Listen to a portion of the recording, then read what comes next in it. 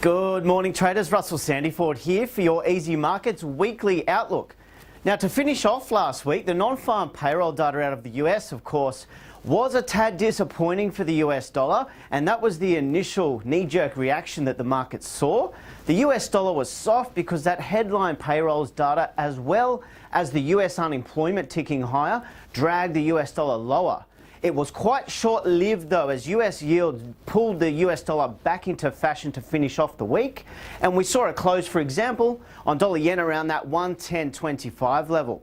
Now everybody saw the headlines perhaps over the weekend, not so good headlines out of North Korea, unfortunately testing missiles and a H-bomb over the weekend. That's the rumour, and also definitely testing the patience of the US once again. So everything in terms of risk has gapped that bit lower to start the week.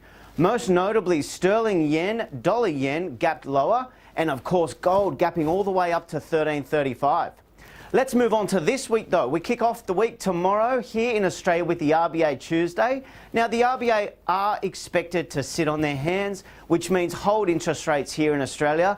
Now, we also are seeing massive moves higher in copper. I've been long copper and smiling on that trade since early last week, and that's helping to support the AUD. It's just still a tad shy of that 80 cent level, but I think the risk-off theme potentially this week may drag the Aussie back down to earth a little, specifically perhaps 78.5 or 78.80 to be specific. Now, this week's key headline event is the ECB. ECB is Thursday evening at 9:45 Sydney time and 10:30 p.m. for their press conference. The press conference is where the volatility will be seen. Traders, I think the euro will be this week's trade of the week by a long shot, particularly euro against the US dollar.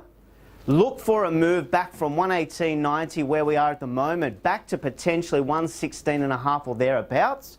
And euro yen, here's the great idea for the week in my opinion.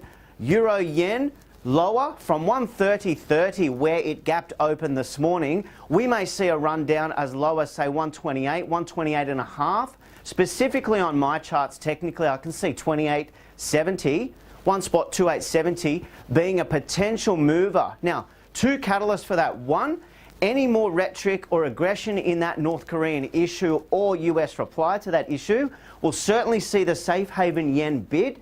That will drag euro yen. Now at the same time, the ECB are most likely to disappoint on Thursday, most likely because the rumours are, and they were leaked on Friday, that potentially the ECB will delay their QE unwinding until December. That will not help the euro against the US dollar. That will definitely not help the euro against the yen if that's the way it plays out. Now before Thursday, we do have, of course, in the middle of that, Wednesday is the Bank of Canada.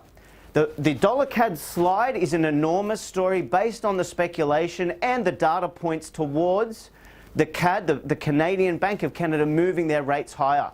I don't think Wednesday, when that's announced, that they'll actually move rates, but we are very likely to see the Bank of Canada move on rates higher sometime this quarter. So there's another opportunity for the CAD traders, or if you're really aggressive, the euro or even the Aussie CAD crosses. The other key piece of data, of course, is on Wednesday. The FOMC speakers out of the US, two of them are speaking very, very early in that Wednesday-Thursday session. So watch for volatility on the US dollar. The US dollar bulls love racing in on optimism out of those Fed speakers. I'm not seeing that. I'm seeing potentially some US dollar meandering trade, and more dominating is, of course, the euro trade this week. If you need a hand at all, we'll be giving you morning updates every single day this week, and also some face-to-face events are coming very soon for those of you here at Easy Markets. If you need a hand, feel free to reach out.